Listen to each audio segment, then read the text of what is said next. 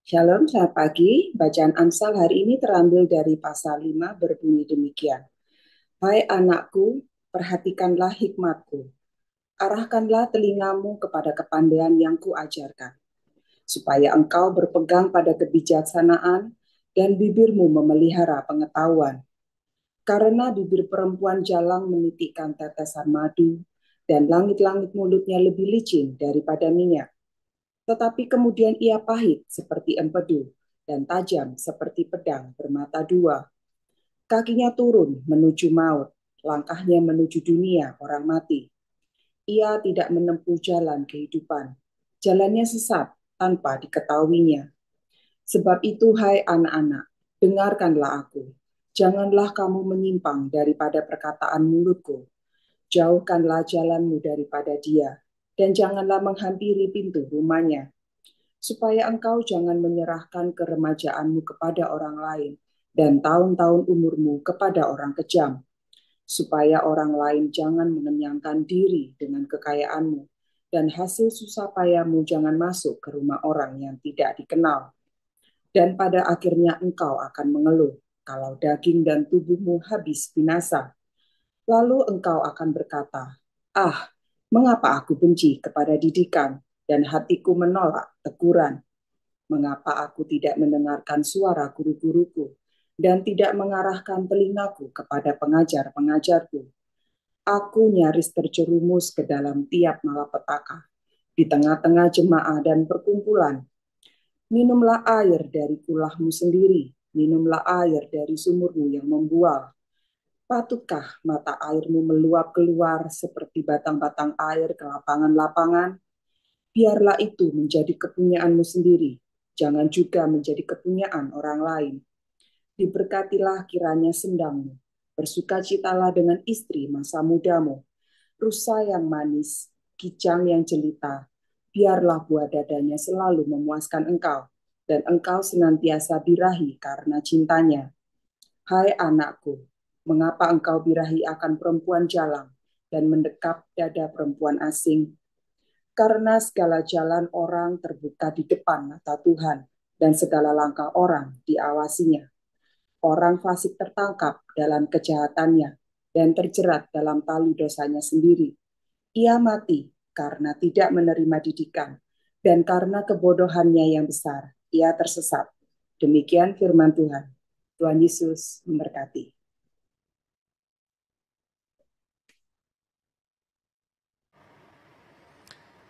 Haleluya, puji nama Tuhan Bapak Ibu. Mari kita sebelum masuk dalam hadirat Tuhan, sebelum kita memuji dan menyembah Tuhan, mari kita satukan hati, kita berdoa. Terima kasih Tuhan Yesus. Di pagi ini kami bersyukur kepadamu Tuhan. Kesehatan, kekuatan Tuhan berikan pada kami Tuhan. Dan kami yakin dan percaya di hari yang baru ini Tuhan selalu menyertai, menuntun dan memberkati kami. Terima kasih Tuhan Yesus. Kami akan masuk hadirat-Mu. Kami mengundang kuasa Roh Kudus bekerja dalam ibadah ini, melawat setiap hati kami yang ikut dalam ibadah ini. Terima kasih Bapa. Dan satu hal yang kami inginkan, Kau berikan kesatuan hati pada kami saat kami memuji dan menyembah-Mu. Kami masuk hadirat-Mu dengan ucapan syukur di dalam nama Tuhan Yesus. Haleluya. Amin. Haleluya. Seperti rusa Tuhan Yesus, kami ingin masuk dalam hadirat-Mu, mencari wajah-Mu. Haleluya. Mari naikkan pujian ini Bapak Ibu.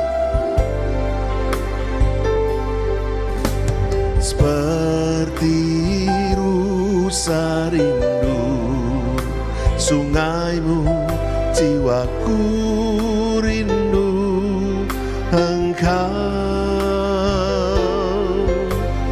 Telah Tuhan hasrat hatiku, ku rindu menyembah-Mu. Seperti rusa, seperti rusa rindu sungaimu, sungaimu, jiwaku rindu Engkau. Kaulah Tuhan hasrat hatiku, ku rindu menyembahmu. Engkau kekuatan dan perisaiku, kepadamu rohku berserah.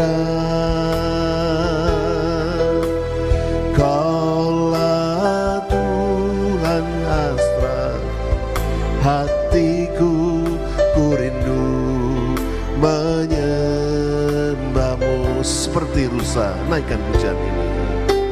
Seperti rusa rindu sungaimu, jiwaku rindu Engkau.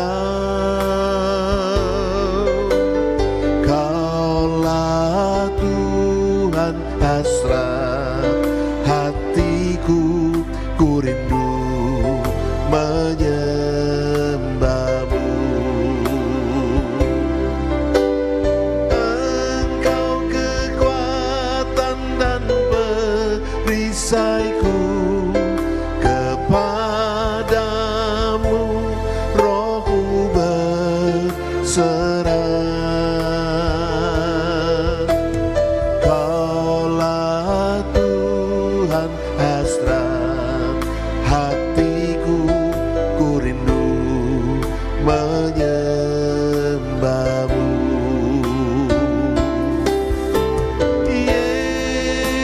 Yesus, Yesus, Kau berarti bagiku.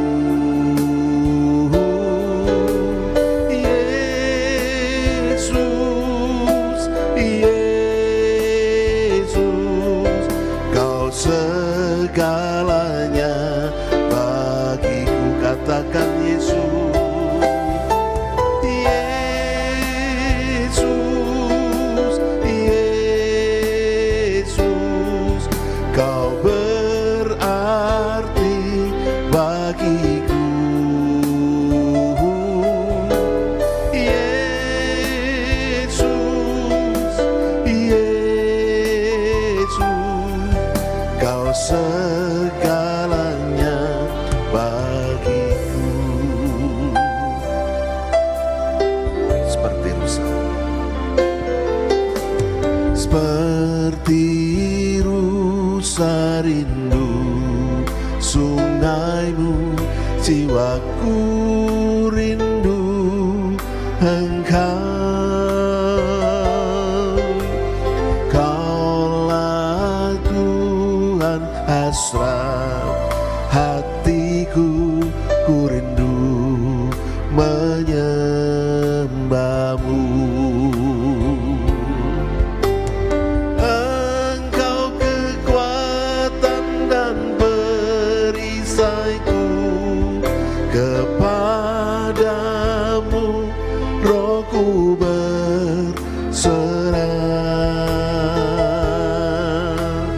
Kaulah Tuhan hasrat hatiku, ku rindu menyembahmu.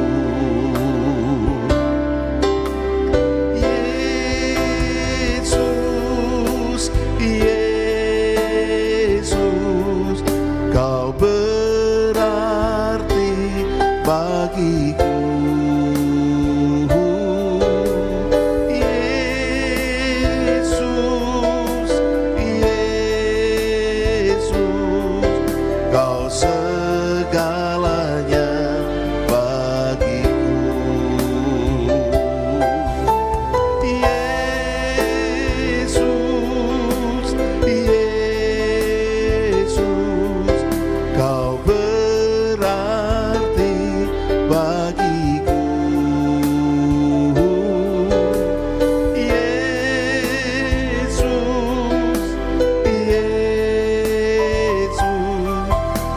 segalanya bagiku, Kau segalanya bagiku,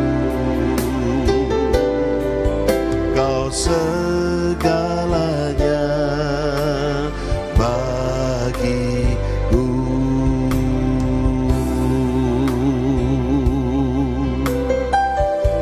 Haleluya, Engkau segalanya bagi kami, ya Yesus. Kami bersyukur padamu, terima kasih atas semua kebaikan-Mu. Haleluya, terima kasih Tuhan, Engkau sungguh baik, Engkau amat baik. Haleluya,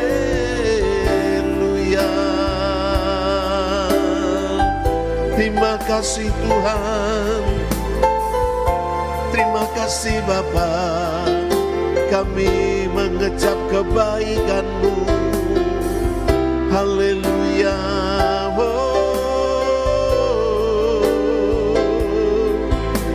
terima kasih Bapa, terima kasih. Engkaulah gunung batuku, kota bentengku, Engkaulah keselamatanku. Haleluya,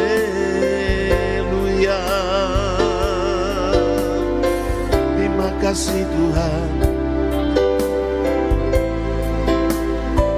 kebaikan-Mu. Terima kasih Bapa, terima kasih ya Tuhan Yesus. Engkau sungguh baik, Engkau sangat baik. Engkau Bapa yang pelihara hidup kami. Terima kasih Bapa. Haleluya. Bapa-Ku yang di surga,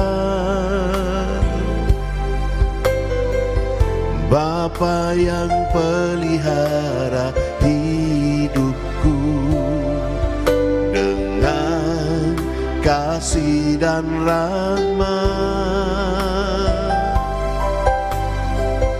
untuk seterusnya dan selamanya bersamamu. Ku kan terbang tinggi bagai Raja Wali, dengan kekuatan sayapnya.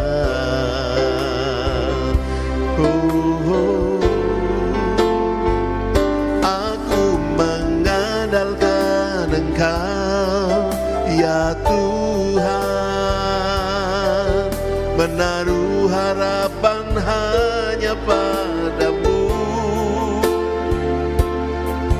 Engkau kekuatanku dan pelindunganku, berkat-Mu melimpah dalam hidupku. Aku mengandalkan Engkau, ya Tuhan, selalu menaruh harap padamu. Engkau kekuatanku dan pelindunganku, berkat-Mu melimpah dalam hidupku. Aku mengandalkan Engkau, ya Tuhan, menaruh harapan hanya padamu. Engkau kekuatanku dan pelindunganku, berkat-Mu melimpah dalam hidupku. Benar Tuhan, haleluya. Bapa-Ku yang di surga, Bapa yang pelihara hidupku dengan kasih dan rahmat untuk seterusnya dan selamanya bersamamu. Ku kan terbang tinggi bagai raja wali dengan kekuatan sayapnya.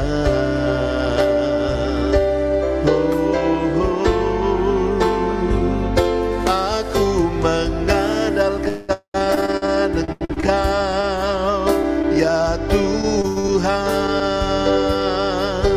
menaruh harapku hanya padamu. Kekuatanku dan pelindunganku, berkat-Mu melimpah dalam hidupku. Aku mengandalkan Engkau ya Tuhan, menaruh harapku hanya padamu. Engkau kekuatanku dan pelindunganku, berkat-Mu melimpah dalam hidupku. Aku mengandalkan Engkau ya Tuhan, menaruh harapku hanya padamu.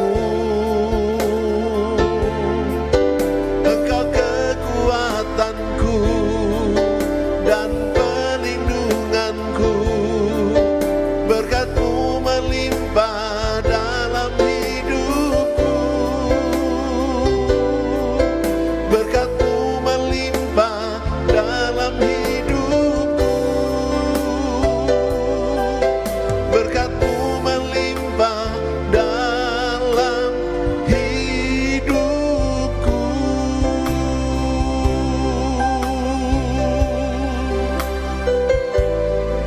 Haleluya. Oh, terima kasih. Masuk dalam hadirat-Mu, menikmati kasih-Mu, menikmati berkat-berkat-Mu.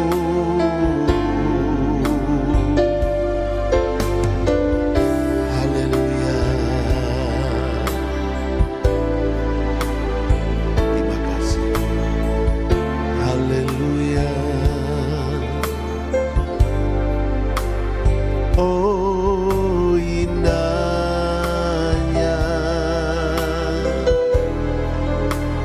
hadirat-Mu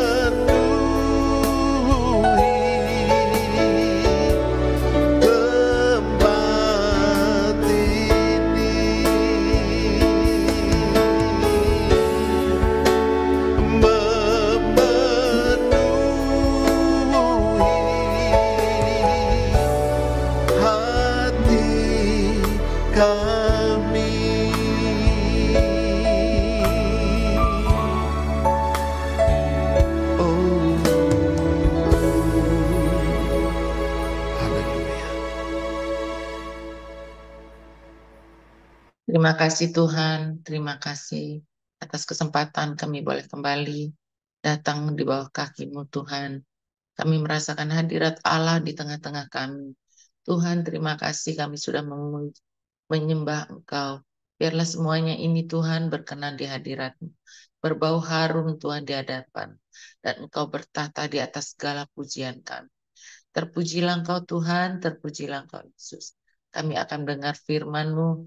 Kuasai kami Roh Kudus, kuasai semua yang sudah siap mendengar firman-Mu pagi ini. Hamba-Mu yang bawakan firman-Mu, Engkau urapi Tuhan. Benar-benar dia boleh menyampaikan kebenaran firman yang akan memberikan kepada kami kekuatan, memberikan kepada kami rema Tuhan, untuk kami lakukan dalam kehidupan kami. Terima kasih Tuhan, kami sudah siap mendengar firman-Mu. Dalam nama Tuhan Yesus kami berdoa. Haleluya. Amin. Puji Tuhan, selamat pagi Bapak Ibu Saudara. Shalom untuk semuanya ya, dimanapun kita berada. Kiranya sukacita Tuhan ya terus memenuhi hati kita semua ya. Oke, di hari ini kita membuka hati kembali ya untuk kita belajar firman Tuhan, merenungkan kembali kebenarannya yang akan menuntun kehidupan kita sepanjang hari ini, bahkan sepanjang minggu ini ya. Bapak Ibu Saudara, saya akan coba sharing ya, rahasia dari pengharapan ya, the secret of hope. Semoga suara saya baik ya di gadget Bapak Ibu semua dan gambarnya juga bisa dilihat dengan baik ya.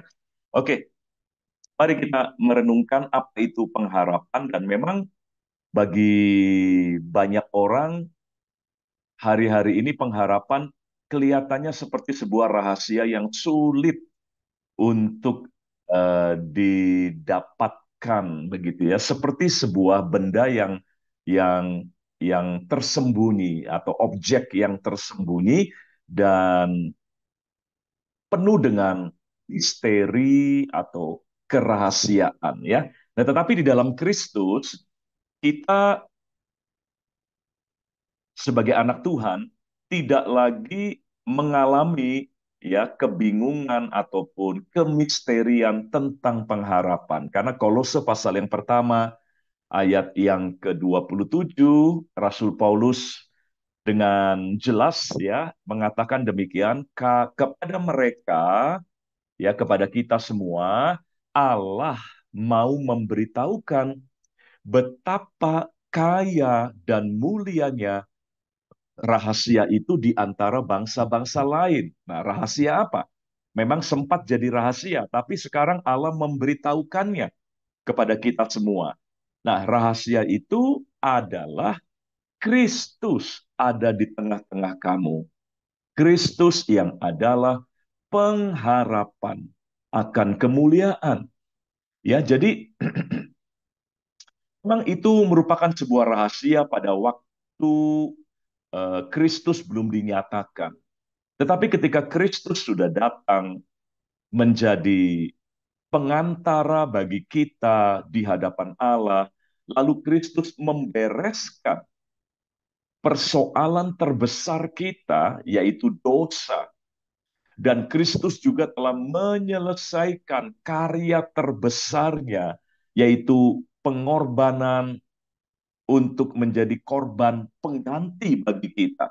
Maka, saudara, itu bukan lagi sebuah rahasia, tetapi itu sebuah pewahyuan yang sudah dinyatakan. Dan mari kita pegang pewahyuan ini sebagai sumber pengharapan kita, yaitu Kristus ya ada di tengah kita. Bukan cuma Kristusnya, tapi karyanya sudah nyata di tengah-tengah kita. Ya, karyanya sudah selesai di antara kita. Dan Kristus itulah yang adalah pengharapan kita akan kemuliaan Allah. Saudara, penting sekali orang hidup dengan sebuah pengharapan. Ya, mantan Presiden Amerika yang nanti akan berkompetisi lagi untuk pencalonan Presiden Amerika berikutnya, yaitu Donald Trump. Ya, Donald Trump pernah berkata bahwa dari kebangkrutan-kebangkrutan yang pernah dia alami. Karena dia mantan pengusaha, ya, dia bisnismen yang ulung juga, dan pernah beberapa kali dia dinyatakan bangkrut, ya, jadi bisnisnya naik turun juga. Nah, dia berkata dari pengalaman beberapa kali kebangkrutan yang pernah dia alami, maka dia belajar bahwa ada satu kebangkrutan yang paling parah, ya, yang melumpuhkan seseorang, yaitu kebangkrutan akan pengharapan. Jadi, kalau hanya kebangkrutan dalam hal finansial, orang bisa bangkit lagi. Seperti yang dia alami. Dia beberapa kali dinyatakan bangkrut secara keuangan, tapi dia bisa bisa bangkit kembali. Nah, lalu dia menyimpulkan bahwa ternyata ada satu kebangkrutan yang paling mematikan, yaitu ketika seseorang kehilangan pengharapan, bukan kehilangan uang, bukan kehilangan bisnis, ya, tetapi kehilangan pengharapan. Makanya dia berpesan bahwa dalam naik turunnya kehidupan, jatuh bangunnya kehidupan, ya, maka yang harus dijaga adalah jangan sampai kita mengalami kebangkrutan secara pengharapan, dalam hal pengharapan. Ya, berarti sangat penting sekali kita menjalani hidup kita dengan selalu memiliki pengharapan. Nah, hari ini, pagi hari ini, Rasul Paulus, ya, firman Tuhan melalui Rasul Paulus mengingatkan kita bahwa selama kita punya Kristus, selama kita eh, percaya dan menyerahkan hidup kita kepada Kristus, maka sebetulnya kita punya alasan untuk berpengharapan karena dialah pengharapan akan kemuliaan. Jadi, saudara, mari, ya, Paulus berkata Kristus ada di tengah kamu. Jangan cuma menyadari bahwa krisis ada di tengah kita. Memang betul, ya, memang betul krisis ada di tengah kita, tapi juga Kristus ada di tengah kita. Ya, jangan cuma hanya sadar, ya, resesi ada di tengah kita, ancaman ada di tengah kita, ketidakpastian ada di tengah kita. Tapi kebenaran ini juga harus kita ingat selalu. Kristus juga ada di tengah-tengah kita. Nah, saudara, mengingat akan Kristus dengan semua karyanya, kasihnya yang telah dia nyatakan di mana kita, ya, sudah diampuni, diselamatkan, diperdamaikan, maka ingatan akan Kristus dan karyanya inilah yang akan memberi kita pengharapan. Memang, saudaraku, ya, kehadiran Kristus di tengah kita tidak berarti melenyapkan yang namanya krisis. Tidak berarti membuat kita menikmati hidup yang tanpa masalah. Tidak. Kristus hadir, ya, untuk memberi kita pengharapan di tengah masalah yang ada. Saudara, kita sadar akan kasih Allah itu memang tidak membuat hidup kita bebas dari persoalan. Tapi kesadaran akan karya dan kasih Allah memberi kita pengharapan di tengah kita harus menghadapi semua tantangan yang ada. Makanya mari selalu ingat kalimat yang saya beri warna kuning itu. Kristus ada di tengah-tengah kamu. Nah, kamunya diganti dengan kita. Ya, Kristus ada di tengah kita. Kristus yang adalah pengharapan akan kemuliaan. Ya, saudaraku, bukan uang pengharapan akan kemuliaan dalam hidup kita.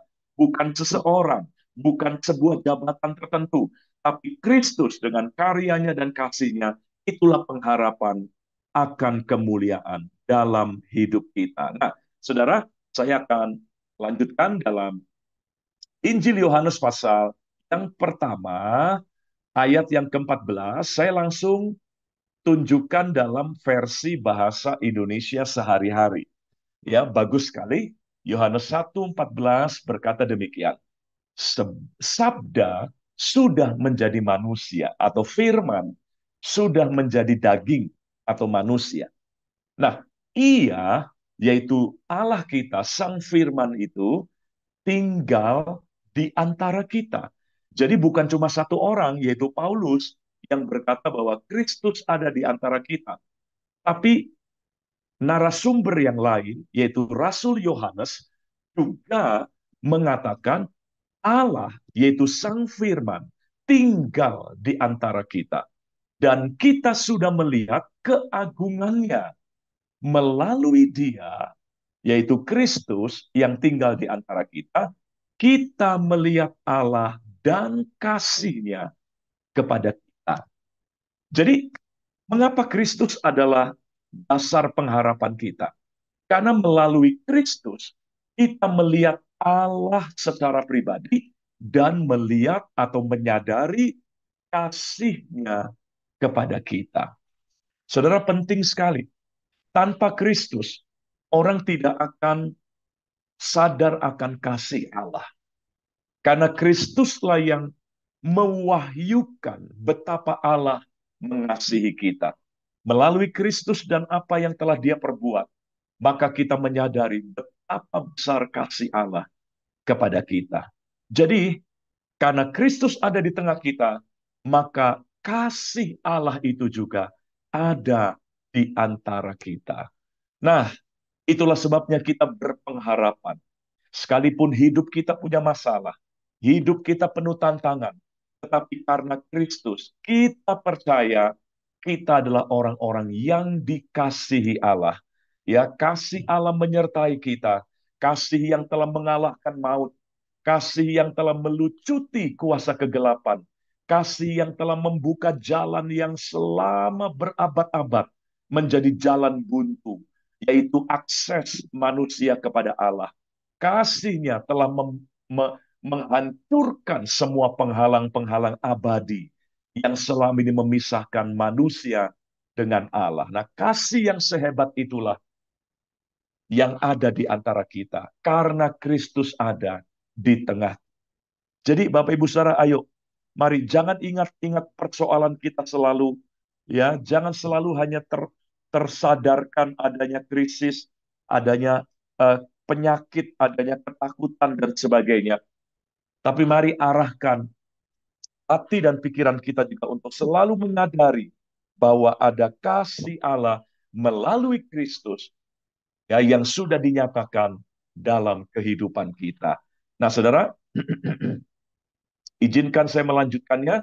1 Yohanes 4 ayat 18, di bagian A-nya saja, ya, dikatakan demikian. Di dalam kasih tidak ada ketakutan.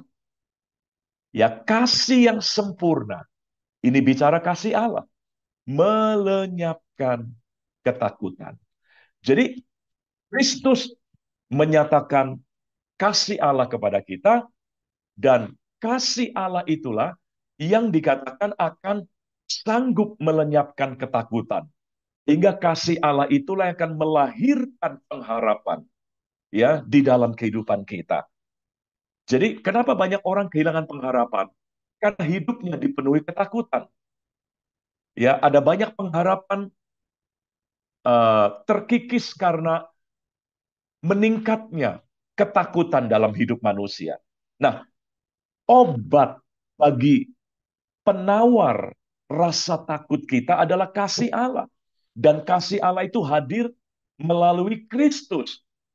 Dan itulah sebabnya Kristus adalah dasar pengharapan kita. Karena, ya, semakin kita menyadari Kristus ada di tengah kita, maka semakin kuat keyakinan kita bahwa kasih Allah ada di pihak kita. Maka ketika kasih Allah semakin meningkat dalam hidup kita, ketakutan akan semakin terkikis. Itulah sebabnya Yohanes berkata, di dalam kasih tidak ada ketakutan. Ingat ya, bukan di dalam uang tidak ada ketakutan. Bukan di dalam jabatan tidak ada ketakutan. Ya, bukan di dalam seseorang yang kita andalkan, maka tidak ada ketakutan. Tapi hanya di dalam kasih. Dan kasih itu dinyatakan melalui Kristus. Dan Kristus itu ada di tengah kita. Nah, di dalam kasih Allah itu, kasih yang sempurna itu, maka tidak ada ketakutan. Jadi seharusnya, saudaraku ya, kalau kita benar-benar percaya bahwa Kristus ada di antara kita, Kristus yang adalah dasar pengharapan kita, Kristus yang adalah pernyataan kasih Allah, maka seharusnya kita hidup bebas dari ketakutan. Bukan berarti nggak ada masalah, ya, bukan berarti nggak ada penyakit, bukan berarti nggak ada tantangan, tapi kita bisa menghadapi semuanya tanpa rasa takut. Kita hadapi penyakit, kita hadapi krisis ekonomi, kita hadapi masa depan yang tidak menentu ini tidak dikuasai dengan ketakutan. Karena kasih Allah yang sempurna itu sudah hadir di antara kita. Karena Kristus ada di tengah kita. Jadi ya love atau kasih ya itu adalah obat penawar, the antidote to all fear. Nah, pagi hari ini saudara, mari kita cek adakah ketakutan-ketakutan tertentu yang sudah begitu sangat mengganggu kita. Ya, ketakutan itu alamiah, tapi ada kalanya ketakutan menjadi berlebihan sehingga sudah bukan hal yang alamiah lagi, tetapi sudah merupakan sesuatu yang ekstrim. Ya, nah, tanpa sadar ada beberapa kita membiarkan ketakutan ya sudah masuk pada level yang ekstrim, di mana ketakutan itu membuat kita akhirnya sulit untuk percaya pada janji Tuhan. Ya, ketakutan itu sudah membuat kita akhirnya lumpuh, tidak mampu melakukan apa yang seharusnya bisa kita lakukan. Ya, dan ketakutan-ketakutan seperti itu berbahaya kalau terus dibiarkan. Nah, hari ini, saudaraku, mari kita ingat kasih Allah. Ingat bahwa Tuhan sudah menyelamatkan kita. Ingat bahwa Dia telah mengampuni kita. Ingat bahwa Dia telah menjadikan kita anak-anaknya. Ingatan akan kasih Allah itu akan menetralisir ketakutan yang berlebihan. Ya, jadi kasih itu punya power. Kasih itu bukan cuma indah, ya. Kita kalau eh, merenungkan ya, cinta itu indah, betul, cinta itu indah. Tapi cinta tidak sekedar indah, tapi cinta itu juga punya dampak, punya kuasa. Ya, apalagi cintanya Tuhan. Cintanya Tuhan, cintanya manusia saja begitu hebat bisa menyemangati hidup seseorang. Ya, cinta dari keluarga, cinta dari orang-orang yang dekat dengan kita, itu begitu powerful, membuat seseorang punya kekuatan dan pengharapan. Apalagi cintanya Tuhan. Nah, saudara, mari ya lebih banyak merenungkan cintanya Tuhan hari-hari ini. Mari kita lebih banyak merenungkan kasihnya Tuhan hari-hari ini. Ya, karena kasihnya Tuhan bukan cuma indah, tapi juga powerful. Powerful. Ya, nah, jadi saudaraku, mari lebih banyak think about His love. Lebih banyak merenungkan, menyadari kasih Allah dalam hidup kita. Nah, inilah kegagalan orang Israel. Yaitu orang Israel pernah punya masalah di mana mereka kehilangan kesadaran, kehilangan ingatan terhadap kasih setia Tuhan. Ditulis dengan jelas dalam Mazmur 106 ayat yang ke-7. Dikatakan demikian, nenek moyang kami di Mesir tidak mengerti perbuatan-perbuatanmu yang ajaib. Nah, kalimat selanjutnya dikatakan, tidak ingat besarnya kasih setiamu. Perhatikan, ya, orang-orang Israel pernah melupakan atau tidak membangun kesadaran akan kasih setia Tuhan.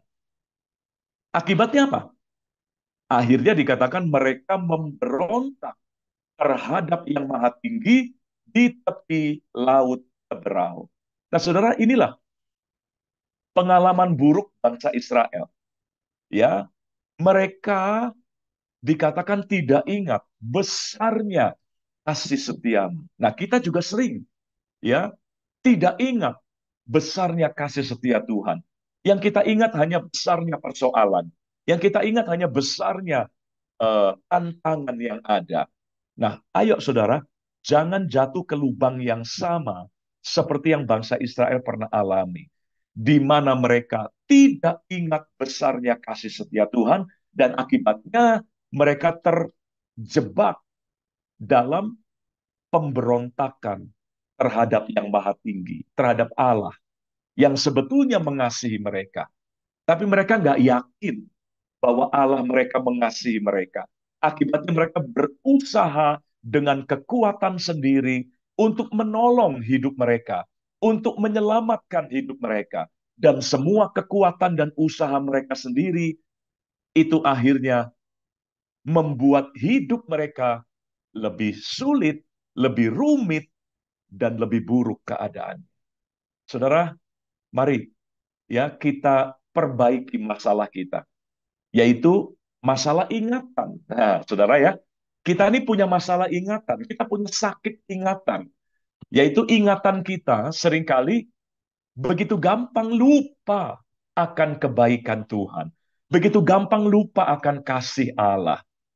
Ya, saudara, di Alkitab ya, dalam zaman bangsa Israel, kenapa Tuhan seringkali memaksa mereka mengadakan perayaan-perayaan atau festival-festival hari-hari raya yang begitu banyak?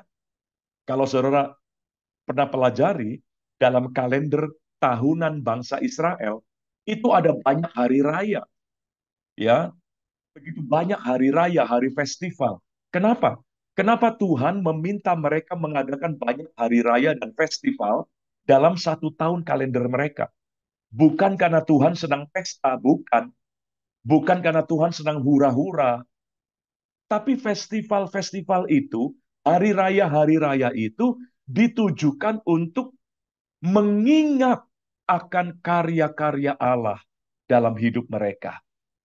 Ya, hari-hari raya itu adalah cara Tuhan agar orang-orang Israel tidak melupakan karya dan perbuatan-perbuatan Tuhan yang sudah Tuhan lakukan dalam hidup mereka. Ya, jadi bukan karena Tuhan iseng ya mereka harus membuat hari raya dan sebagainya, tetapi karena mereka jangan sampai melupakan ya kasih dan kebaikan Tuhan dalam hidup mereka. Jadi Bapak Ibu Saudara, hal yang sama juga.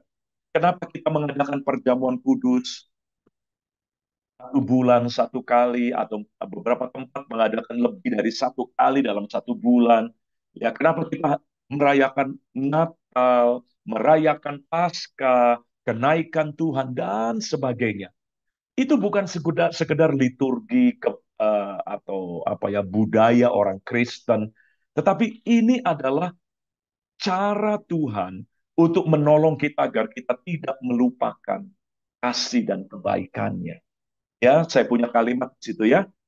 God's love fuel our hope. Kasih Allah itu adalah bahan bakar dari pengharapan kita. Karena ketika kasih Allah semakin kita sadari, semakin kita yakini, maka ketakutan semakin berkurang. Dan akibatnya itu menjadi bahan bakar untuk menaikkan level pengharapan kita. Ya, seperti gambar yang ada di sebelah kanan bawah gitu ya. Kasih Allah itu memang kelihatannya sepele, seperti balon, ya. Cuma balon, ya, cuma balon yang isinya udara.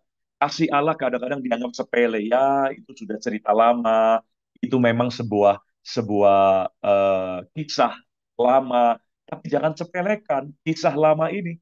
Jangan sepelekan apa love story-nya Tuhan, ya, karena kasih Allah tuh punya power, bisa mengangkat beban hidup kita.